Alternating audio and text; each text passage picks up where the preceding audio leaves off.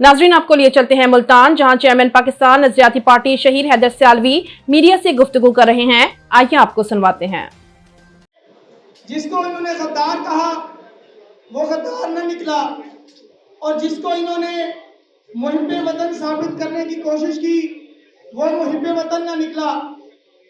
और पता ये चला कि हकीकत में तो यही गद्दार इतने गद्दार थे, और तुमने हर दौर में हर नस्ल से गद्दारी की। तुमने बाजारों से अकलों की खरीदारी की। आज तुम मुझसे मेरी जिनसे गरा मांगते हो, हल्फो जहनो वफादारी जा मांगते हो। जाओ ये चीज किसी मदसरा से मांगो, ताइफे वालों से ढोलक की सदा पर मांगो। मुझसे पूछोगे तो खंजर से अदू बोलेगा, गर्दने काट भी दोगे तो लहू बोलेगा। आपकी भरपूर तालियों में वो शख्सियत जिन्होंने एक मर्तबा फिर पाकिस्तान के अंदर हकीकी नजरिए की अहया और उसके फरोग के लिए, हकीकी नजरिए के प्रचार के लिए पाकिस्तान नजरियाती पार्टी की बुनियाद रखी। मैं मुल्तमिस हूँ पाकिस्तान नजरियाती पार्टी के सरबराह जनाब शहीर हैदर सियालवी साहब से कि वो तशरीफ लाए और डिस्ट्रिक्ट बार एसोसिएशन मुल्तान के मोअज़्ज़िज़ वकला साहिबान से मुखातिब हो। आप सबकी भरपूर तालियों में शहीर हैदर सियालवी साहब।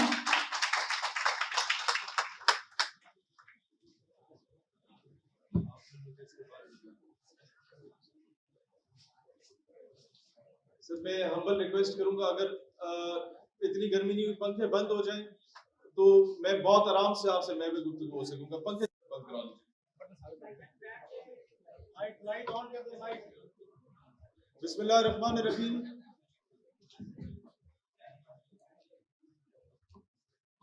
अल्लाहुम्मा सल्ली अला मुहम्मद व अला आलि मुहम्मद व अस्हाब मुहम्मद व अहले बैत मुहम्मद व बारिक वसल्लम वसल्लम अलैहि। आगे से मोहब्बत कौन करता है, सियासत कौन करता है,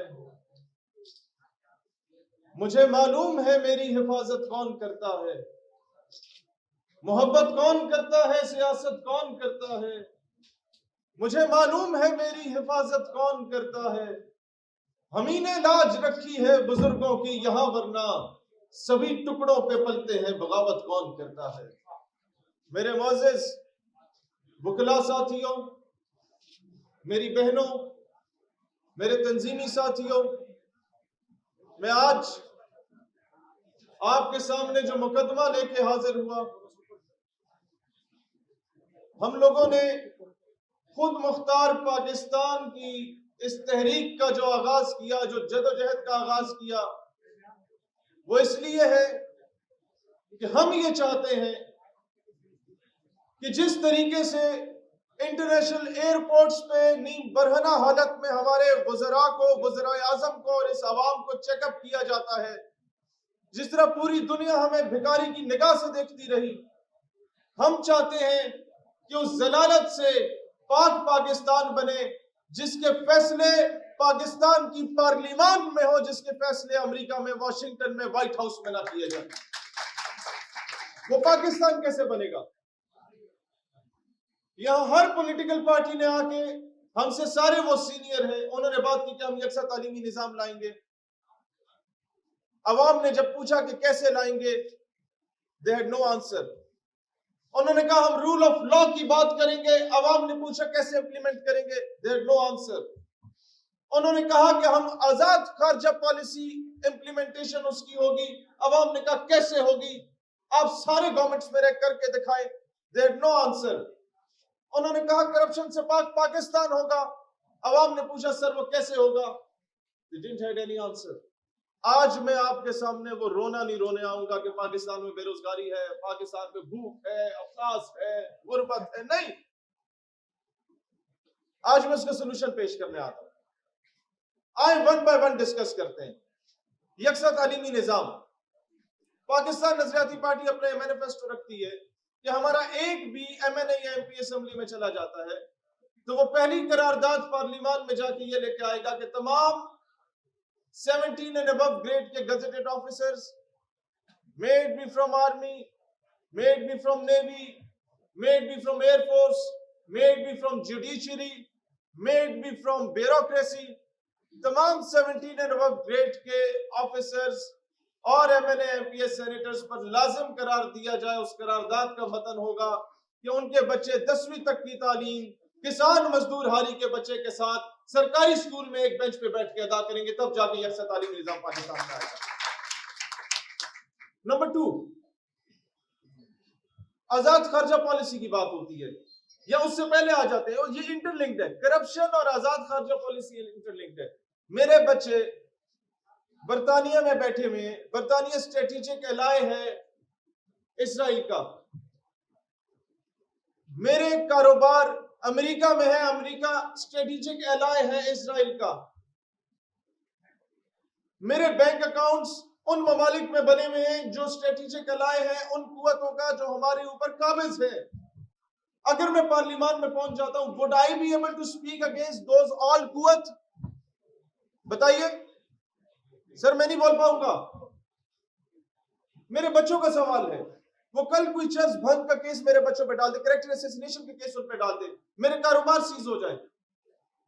और उसके बाद दूसरी चीज क्या है, सबसे बड़ा जुल्म हमारे साथ ये होता है कि जिन लोगों ने हमारे मुल्क के राज बेचे, जिन लोगों ने हमारे मुल्क के साथ गद्दारियां की, जिन लोगों ने हमारे मुल्क के साथ ज्यादतियां की, यहाँ के अवाम के साथ ज्यादतियां की, may it be officers, may it be politicians, वो 4 साल के लिए इस मुल्क में आते हैं हुकूमत करने के लिए, उसके बाद कहीं और जाके बैठ जाते हैं और बाकी लोग रिटायरमेंट के बाद बाहर जाके बैठ जाते हैं। उनकी करप्शन का हिसाब कौन लेगा? हम चाहते हैं कि एक ऐसा कानून साजी हो, असेंबली में हम ये रेजोल्यूशन लेके आएंगे कि no MNA MPs senator and no gazetted officer should be allowed to leave Pakistan at least for 2 years after his retirement. पहले उसके असासे चेक किए जाएंगे, फिर बीवी बच्चों के असासे चेक किए जाएंगे, फिर फ्रंटमैन के असासे चेक किए जाएंगे कि 2-2 लाख तुम्हारी तनख्वाह थी, ये 12-12 अरब के असासे, और ये दूसरे मुल्कों में बेल्जियम में तुम्हारे जजीरे कहां से हैं, तो पाकिस्तान से करप्शन खत्म हो जाएगी। आप लोगों ने सोल्यूशन ओरिएंटेड मॉडल पे बात करनी है, हम आपके सामने वो सारा मॉडल लेके आते हैं। हम लोग और बाकी पॉलिटिकल पार्टीज मेरे से बड़े हैं, हमने उनसे सीखा, उनकी गलतियों से भी सीखा, लेकिन स्टेट सेक्रेटरी साहब ने जो बात की मुताला पाकिस्तान की, मैं समझता हूं कि उसका दुरुस्त करने की जरूरत है।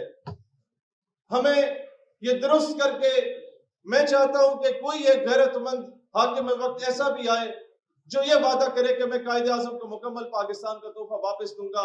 मैं अगर इख्तिदार में आ गया तो सबसे पहले अपने बंगाली भाइयों से माजरत करूंगा और माफी मांगूंगा कि तुम गद्दार नहीं थे, तुम मुहिब वतन पाकिस्तानी थे, तुम लोग all India Muslim student federation के बानियों में से होते थे, तुम लोग मुस्लिम लीग की अवलीन हरावल दस्तों के सिपाही हुआ करते थे, तुम लोग शेर बंगला के वारिस हो, हुसैन शहीद सरवर्दी के वारिस हो। मोहतरमा फातिमा जिन्ना जब सदारती इंतखाब लड़ रही थी तो डिक्टेटर का साथ हम लोगों ने दिया था, मगरबी पाकिस्तान वालों ने। मशरकी पाकिस्तान वाले शेख मुजीब जो हुआ करता था वो मोहतरमा की सिपाही हुआ करता था। हम लोग यहाँ के गुजरावाला के वज़रा ने एक कुतिया के गले में लालटेन डाली क्योंकि वो मोहतरमा फातिमा जिन्ना का इंतखाबी निशान हुआ करता था। जब तक हम अपनी गलतियों से नहीं सीखेंगे तब तक आज के दौर का बलूचिस्तान, आज के दौर का सरायकिस्तान, आज के दौर का सिंध, आज के दौर का पश्तून का इलाका ये जलने से खत्म नहीं होगी, यहाँ की आग खत्म नहीं होगी। हमने वक्त पर सही डिसीजंस लेने थे। हमने, वो कहते ना स्टेशन टाइम सेव्स टाइम, अगर वक्त पे सही फैसले लिए जाते आज मुल्क का यह हाल ना होता। आए वन बाय वन डिस्कस कर लेते हैं उन सारी चीजों को। जब खत्म नबूवत के हल्फनामे में तरमीम की गई, उसके अगले दिन ही अगर राजा जफरुल हक की रिपोर्ट को पब्लिक करके उसके किरदारों को कैफरे किरदार तक पहुंचाया जाता तो हमें कभी फैजाबाद से 8 जनाजे ना उठाने पड़ते। नंबर 1। नंबर 2, जब पहला ड्रोन स्ट्राइक किया गया क्वाटा में और 6 से 12 साल के बच्चों को शहीद किया गया, 150 बच्चों को, और सुबह शाह सुर्खियों में ये खबर चली कि 150 आतंकवादी मार दिए। उससे अगले दिन नेटो की सप्लाई को रोक के अगर उसकी कंटेनर्स को आग लगा दी जाती तो दुनिया हमें बेगैरत न कहती, दुनिया हमें गैरतमंद कहती। जिस दिन इंटरनेशनल कोर्ट ऑफ जस्टिस में जाके कुलभूषण यादव कस्टडी ऑर्डर लिया हिंदुस्तान ने, उसके अगले दिन आप उसे एपीएस के सामने, एपीएस पेशावर के सामने फांसी के फंदे पर लटका देते तो दुनिया आपको गैरतमंद कहती। हम लोगों ने दलेर डिसीजंस नहीं लिए। हम वो खुद मुख्तार पाकिस्तान चाहते हैं जो अपने फैसले करने में खुद कफील हो। हम वो खुद मुख्तार पाकिस्तान चाहते हैं जो किसी इंटरनेशनल चौधरी से डिक्टेशन ना ले, जो आपको ये ना कहे कि पाकिस्तान मैंने तुम्हें कर्जा दिया है IMF और वर्ल्ड बैंक की अम्ब्रेला के अंडर, तुम आओ ईरान से लड़ाई कर लो, यहां से फारिग हो गए, चलो पाकिस्तान बेटा इधर आओ, अब अफगानियों से लड़ाई कर लो। हम कब तक मुसलमान का गला काटता रहेगा? हम इन 2 नंबर जंगों से और 2 नंबर लड़ाइयों से ऐलान बगावत करते हैं। आपने हमें लड़ाना है, हम इंडिया से लड़ा दें, आपने लड़ाना है इसराइल से लड़ा दें, हम कभी किसी मुसलमान के खिलाफ नहीं लड़ेंगे। और यही पैगाम ईरानी और अफगानियों के लिए भी है कि तुम भी समझ लो इंटरनेशनल लॉबीज को, किस तरीके से मुसलमान का गला काट रहा है, किस तरीके से फिरके की आग में हमें घसीटा जा रहा है, किस तरीके से लसानियत की बुनियाद में हमें घसीटा जा रहा है। हम लोग मजीद बेवकूफ नहीं बनेंगे। जब किबला अव्वल में आग लगी हुई है, मेरे फलस्तीन के बच्चे शहीद हो रहे हैं, उस वक्त मैं कोई ये बकवास नहीं सुनूंगा कि बॉर्डर पे ये हो रहा है या बॉर्डर पे वो हो रहा है। मैं अफगानियों से भी कहता हूँ, ईरानियों से भी कहता हूँ और अपनी हुकूमत से भी कहता हूँ कि तुम लोगों में जरा बराबर भी गैरत हुई तो तीनों मिलके अल-कुद्स के लिए कुछ कर लो, बजाय इसके कि आपस में लड़ो किसी और की डोरे हिलाते हुए। ये चीजें आज उम्मत मुस्लिमा को भी अंडरस्टैंड करने की जरूरत है। आजाद और खुद मुख्तार पाकिस्तान कौन सा पाकिस्तान होता है कि जिसके सलाला चेक पोस्ट पे जब नेटो की फोर्सेस अटैक करके 12-14 फौजी जवान शहीद कर दें, तो खुद मुख्तार पाकिस्तान जब भी बने तो वो ऐसा पाकिस्तान होगा कि वहां का फौजी कभी उठ के नहीं पूछेगा कि सर मैं रिस्पॉन्ड करूं या ना करूं। वो तुन के रखते हैं अमेरिकी फौजों को कि तुम्हारी जुर्रत कैसी हुई मेरे बॉर्डर में घुसने की। जब ओसामा का ऑपरेशन हुआ, यहां पर पाकिस्तान की सरहदों को पार किया अमेरिकन हेलीकॉप्टर्स ने, हम पाकिस्तान में तहकीकात कराने लग गए कि जनाब किसने गद्दारी की, किसने क्या किया। वो गोली मारो, दहशतगर्द को ना मारो, दहशतगर्द की मां को मारो जिसकी कोख से दहशतगर्दी जन्म लेती है, जो उनके फाइनेंस करते हैं, जो उनको सपोर्ट करते हैं। हम मुड़ मुड़ के उनके स्ट्रेटेजिक एलाय बनने की कोशिश कर रहे हैं। वो आपके मुल्क में घुस गया, वो आपके पीएम काकुल के पास आके घुस गया, उसने आपको क्लियर कट मैसेज दिया। चाहिए तो ये था कि रियासत पाकिस्तान अगले दिन उनके सफीर को लात मार के बाहर फेंक दे कि ईरान जैसा सैंक्शन शुदा मुल्क भी अगर जवाब दे सकता है, अफगानी जिनके पास खाने को घास भी नहीं है वो जवाब दे सकते, तो फिर पाकिस्तान भी जवाब दे सकता है। हमने दुनिया में अपना इज्जत मर्तबा मकाम बहाल करना है। हम लोग we are the only nuclear power in the entire Muslim world. दुनिया हम पे फख्र किया करती थी, दुनिया को हमसे उम्मीदें वाबस्ता हुआ करती थी, अब दुनिया हम पे हंस रही है। और दुनिया को कोई छोटा मोटा मुल्क सीरिया उठ जाता है या लेबनान उठ जाता है इसराइल के खिलाफ, दुनिया हम पे ताने करती है कि तुम लोग कहां पे खड़े। आज हम लोगों को गैरत का मुजाहरा करना पड़ेगा। आज हम लोगों को बताना पड़ेगा कि हम किसी के प्रेशर में आए बगैर अपने डिसीजंस खुद लेंगे, उसमें हम खुद कफील होंगे। आज वो डिसीजंस लेने होंगे जिससे पाकिस्तान अपने फैसले खुद करे। मैं आपको बताता हूं, सबसे बड़ी रुकावट आपके रास्ते में क्या है, वो आपके मुल्क का कर्जा है। जब आप मुझे कर्जा देते हैं 2-4 लाख रुपए, आप कहेंगे शहीर मेरे बूट पॉलिश करो, मैं करूंगा। आप कहेंगे कि शहीर मेरी गाड़ी पे कपड़ा मारो, मैं मारूंगा। आप मुझे गाली भी देंगे, मैं कुछ नहीं कर सकता। लेकिन जनाब यही कुछ हुआ कि जब अमेरिका IMF और वर्ल्ड बैंक की जेर निगरानी हमें कोई कर्जा दिलवाता है तो वो डॉक्टर आफिया सिद्दीकी को उठा के ले जाता है और हमसे तवक्को की जाती है कि तुमने चूचरानी करनी बेटा। उसी टेन्योर में तमाम पॉलिटिकल पार्टीज की और एस्टेब्लिशमेंट की गवर्नमेंट्स भी गुजरी, किसी ने जाके जरूरत नहीं की कि डॉक्टर आफिया सिद्दीकी की बात करें। क्यों? क्योंकि हम उनके मकरूज हैं। सबसे पहला मामला कर्जा उतारने का है। अब थोड़ा सा जज्बाती बातों से उतर के हम लोग टेक्निकल चीजों पे आते हैं, ग्राउंड रियलिटीज पर आते हैं कि क्या हम सोल्यूशन ओरिएंटेड चीज आपके सामने लाना चाहते हैं। पाकिस्तान का कर्जा उतारना है तो सबसे पहले हमें ये डिसाइड करना होगा सर कि वर्ल्ड वॉर के बाद जर्मनी हैंड टू माउथ था, जर्मनी के पास खाने को कुछ नहीं होता था। वहां के लोगों ने फैसला किया, वहां की सबसे पहले खवातीन ने फैसला किया कि हम सोना नहीं पहनेंगी, जेवरात नहीं पहनेंगे। वहां के रियासत के शहरियों ने फैसला किया कि 1/4 of the entire property belongs to state. मेरे घर में 4 कमरे एक रियासत पाकिस्तान की मलकियत होगा। मेरे घर में 4 साइकिलें, मतलब रियासत जर्मनी की बात कर रहा हूं, 4 साइकिलें एक जर्मनी को रियासत को दे दी गई। घर में 4 जोड़े कपड़ों के एक रियासत के नाम। हम चाहते हैं कि पाकिस्तान का अगर आपने कर्जे वंस फॉर ऑल उतारने हैं खुद मुख्तार पाकिस्तान के लिए, जिसके ऊपर इंटरनेशनल प्रेशर ना हो, तो उसके लिए आपको जरूरी है कि ये कानून पास करवाना होगा कि 10 करोड़ से ज्यादा असासा रखने वालों का 10% रियासत पाकिस्तान की मलकियत करार दिया जाए। पाकिस्तान अगले दिन अपने कर्जों से पाक हो सकता है। आप जब ये फैसला करेंगे, अब सवाल ये पैदा होता है कि अवाम क्यों दे 10%? सारी जिंदगी इसलिए कमाया कि अपना 10% दे। अवाम देने को तैयार है। अवाम ना देना चाहे तो 10 रुपए का मैसेज भी नहीं करती डैम फंड के नाम पे जब उसे ट्रांसपेरेंसी नजर नहीं आती।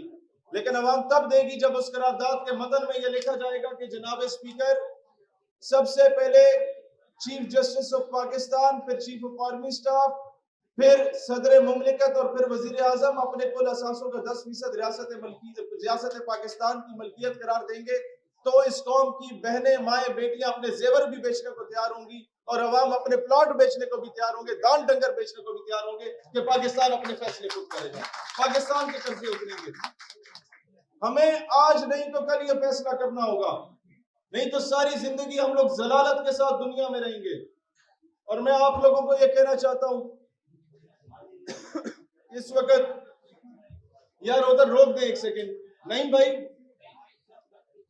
I need pin drop silence please, बिल्कुल सारी चीजें रोक दे, दरवाजा बंद कर दें।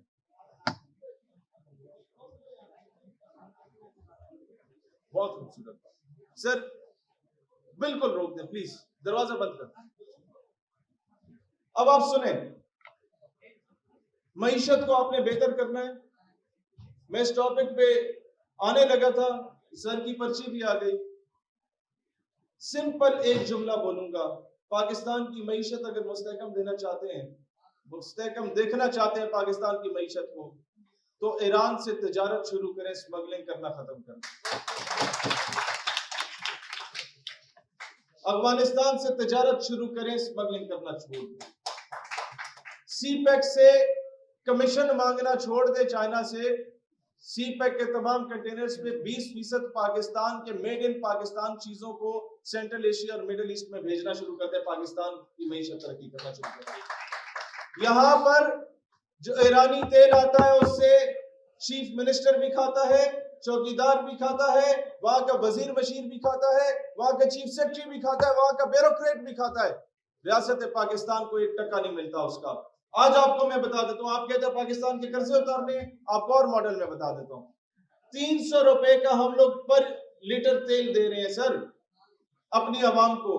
ईरान आज भी तैयार है पाकिस्तान से मुआहदा करने के लिए। हमें आज मौका मिल जाए, जरा सा इख्तियार हो, हम ईरान से तेल लेंगे कि 50 रुपए पर लीटर वो देने को तैयार है।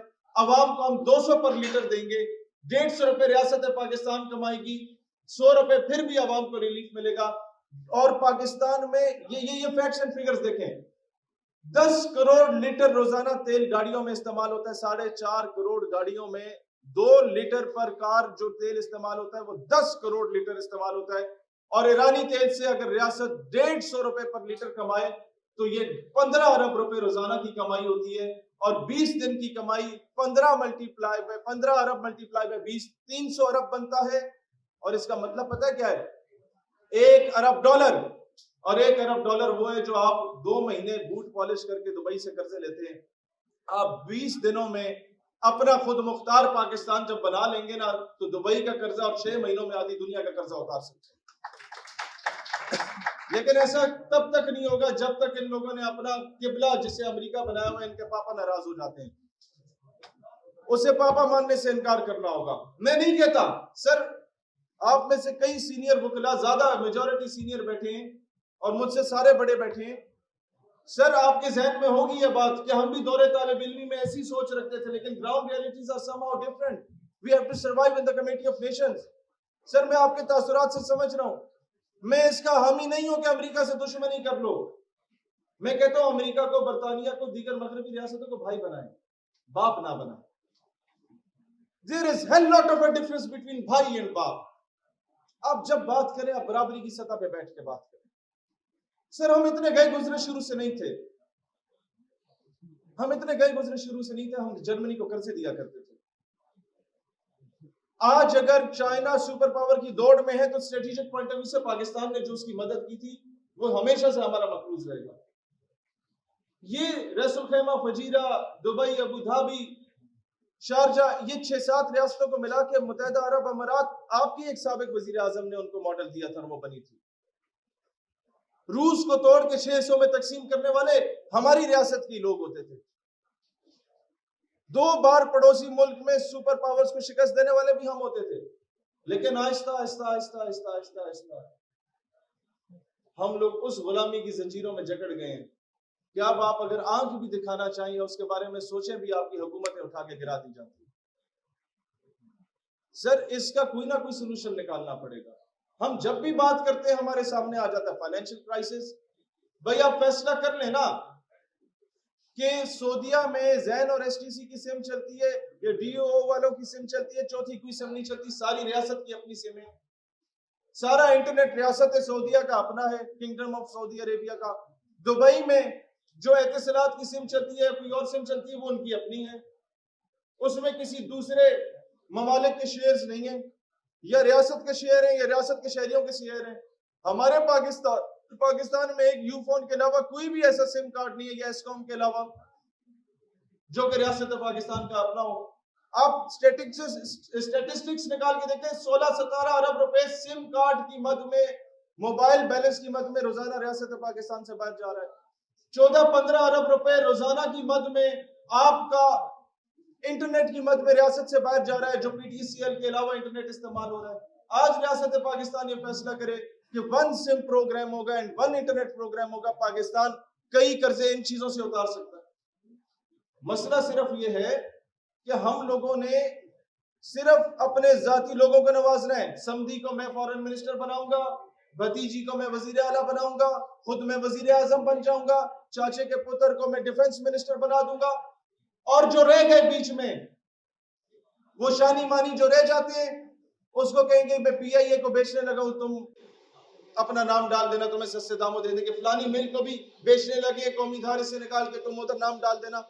भाई या चाचो मामों को नवाजना होगा, या भांजे भतीजों को नवाजना होगा, या फिर मुल्क की 22 करोड़ आवाम के जमीर का फैसला करना पड़ेगा। यह आप लोगों ने खुद डिसाइड करना है। हाकिम वक्त से आप यह तवक्को नहीं कर सकते कि वो कोई इस तरह की बात करें। मैं आपको कहना चाहता हूं कि आज ये डिसीजंस लेने होंगे, आपने अपना हेल्थ सेक्टर बेहतर करना है। मैं जानता हूं यहाँ मेजॉरिटी वो दोस्त बैठे हैं जिनका जो है वो पीटीआई के साथ एफिलिएशन रही। मुझे हमेशा पीटीआई के दोस्तों ने इस बात पे शाबाशी दी, हालांकि मैं इस चीज के अगेंस्ट गया। शुरू में हैरान हो जाते थे कि आप सेहत कार्ड की बात कर रहे हैं कि उसके बजाय कोई और बात हो। मैंने कहा मैं कर रहा हूं सर, मैं उस तरफ बाद में आऊंगा, पहले बेनजीर इनकम सपोर्ट प्रोग्राम की भी बात कर लूं। हमारे मुल्क में मसला क्या है?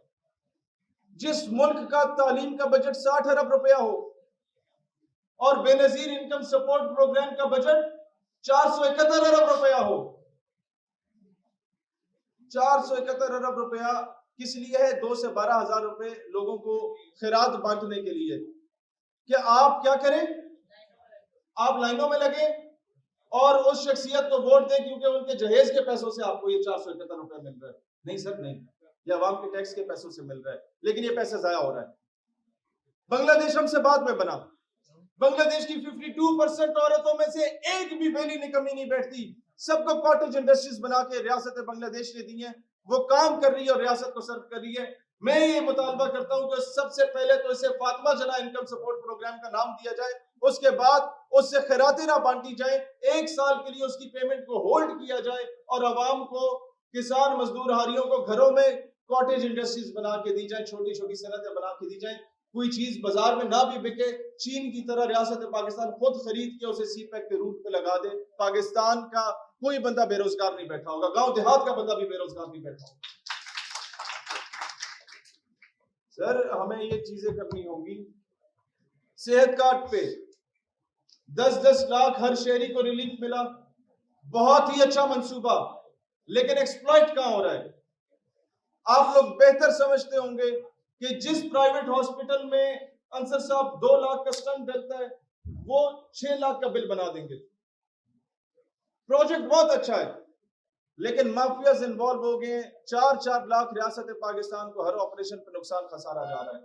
जो अरबों खरबों रुपए का बजट इसमें यूटिलाइज किया गया है, हमारा ये मानना है कि वो बजट अगर आप हर THQ को, हर तहसील हेडक्वार्टर को अगर अपग्रेड कर दे तो किसी को दूर दराज इलाकों से मुल्तान इलाज कराने ना आना पड़े, किसी को यहां से उठ के पिंडी इलाज कराने ना जाना पड़े।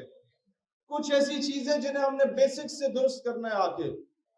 इसके बाद आते हैं कि इस वक्त जो सबसे अहम चीज है हमारे लिए वो मसले फलस्तीन पर अवाम और 2.25 अरब मुसलमान हम लोगों से कुछ तवक्को कर रहे हैं। मैं एक बात कहना चाहता हूं, इराक में जब जुल्म हुआ, लिबिया में जुल्म हुआ, लेबनान में जुल्म हुआ, अफगानिस्तान में जुल्म हुआ, बाकी तमाम उम्मत मुस्लिमा ने सिर्फ डबल रोटियां दी उन्हें। हमने भी सिर्फ किसी ने काम किया, खिदमत वालों ने किया, उन्होंने जाके कुछ फाइनेंसेस उन्हें दे दिए। सर जो काम उम्मत मुस्लिमा का बनता है वो नहीं किया गया। कल को खुदा न खास्ता अगर पाकिस्तान पीछे रह गया, उस पर कोई इंटरनेशनल कुव्वत अटैक करती है तो उम्मत हमें भी सिर्फ डबल रोटियां फेंकने आएगी। लिहाजा हमें आज कोई डिसीजन लेना पड़ेगा, हमें आज ये बताना पड़ेगा। वो फराज क्या लिखता है कि पढ़ता हूं तो कहती है ये खालिक की किताब है, मिस्ल यहूदी ये सऊदी भी अजाब। उस कौम के बारे में क्या लिखूं फराज, काबे की कमाई से जो पीते हैं शराब। ये एक बहुत बड़ा अलमिया है हमारा। हम लोगों ने आज ये, मैं कहना चाहता हूं अपने फॉरेन ऑफिस से भी कि अपना डेलीगेशन भेजें, सऊदीया भी भेजें, ईरान भी भेजें, तुर्किया भी भेजें, अफगानिस्तान भी भेजें, सीरिया, लिबिया, लेबनान भी भेजें, मलेशिया, इंडोनेशिया को भी भेजें। इकोनॉमिकली वो स्टेबल है। और उन्हें बताएं कि ये तुम लोगों ने तोपे टैंके बंदूकें क्या हर साल अपने नेशनल डे की परेड पे लकी रानी सर्कस लगाने के लिए रखी हुई है? अगर ये अलकुद्स के काम नहीं आ सकती तो जला के रख कर दो इनको। अगर ये किबला अव्वल के काम नहीं आ सकती तो आज अगर हम लोग किबला अव्वल के लिए एक पेज पे नहीं है, mark my words, mark my words, कल ये उसी तरीके से जिस तरीके से रूस के इनकलाब के बाद उज़्बेक्स और ताजिक्स मुसलमानों के घरों पे आके दस्तक दे के औरतों को उठा के लेके जाते थे, कल हमारी बारी आने लगी, कल हमारी बारी आने लगी। हम लोगों ने इस पर एक मुल्कगीर तहरीक की जरूरत है।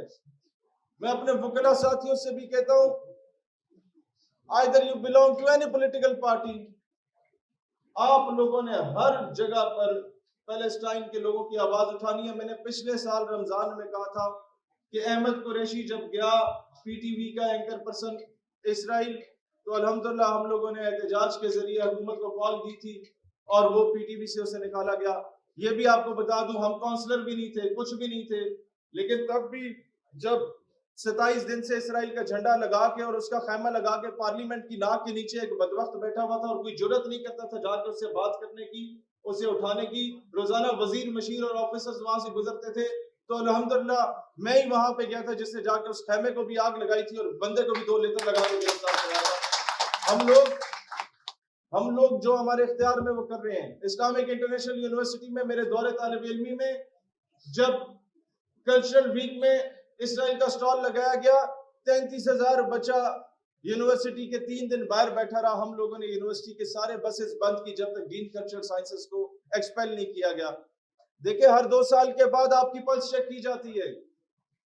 कभी जनरल अमजद शुएब के जरिए प्रो इसराइल बात मीडिया पे करवाई जाती है to check the pulse of the audience, क्या आप कुछ कहते हैं या नहीं कहते।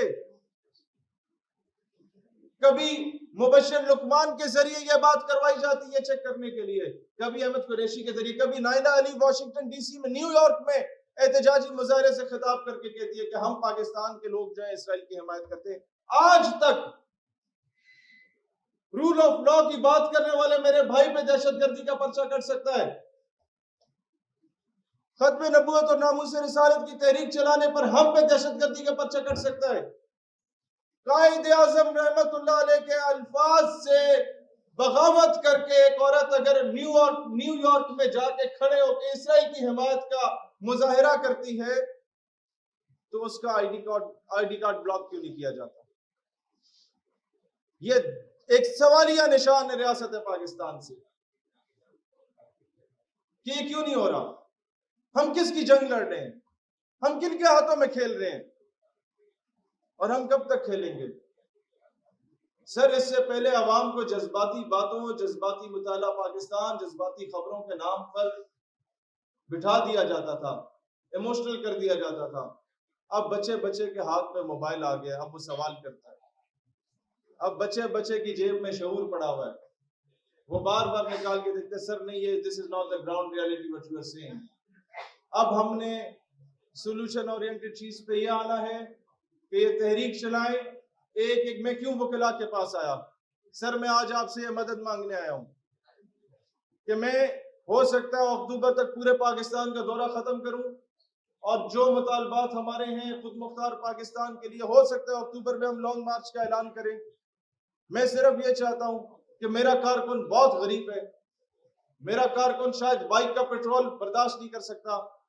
इस रियासत पाकिस्तान को अगर खुद मुख्तार बनाने के लिए मेरा कोई कारकुन गिरफ्तार हो तो सर उसे आपके पास चैम्बर में आने की जरूरत नहीं होनी चाहिए। उसके माँ बाप को पता भी नहीं है चैम्बर में कैसे आते हैं, पीछे बाहर में खड़ा होना है।